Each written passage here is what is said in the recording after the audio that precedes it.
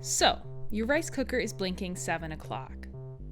The lithium battery in the inside of your rice cooker is only there to keep track of the time when your rice cooker is unplugged, and it lasts for about 5 cumulative years.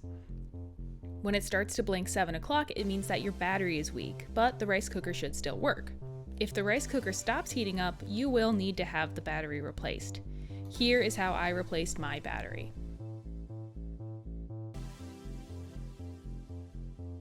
So I've already unscrewed the bottom of the rice cooker and pried it open.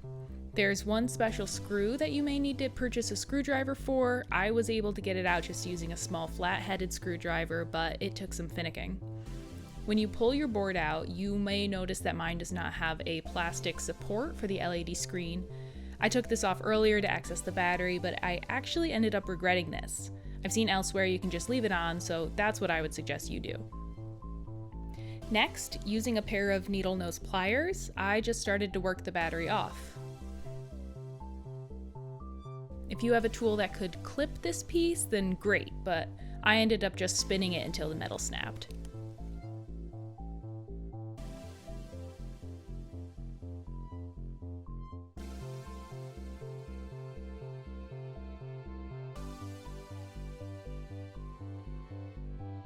This next part was the hardest for me. I don't have a soldering iron, so I just ended up chipping away at the solder on the back of the pins with an X-Acto knife, kind of like I was whittling. You may be able to bring your rice cooker into a makerspace or a library that has a soldering iron, or possibly borrow one from someone online, but for now, I just decided to work hard, not smart.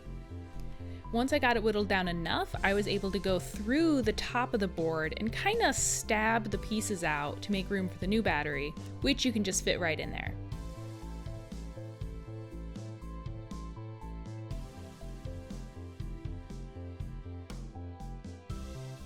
I bent the prongs a tiny bit to keep them in place, but I've also seen people use electrical tape if you have that. I plugged it in to see if it was working, and you can see it's still blinking 7 o'clock, but I decided just to put it all back together and test it out with the new battery.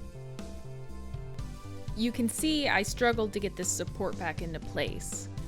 Like I said, you really do not want to damage the LED screen, so you have to be really careful.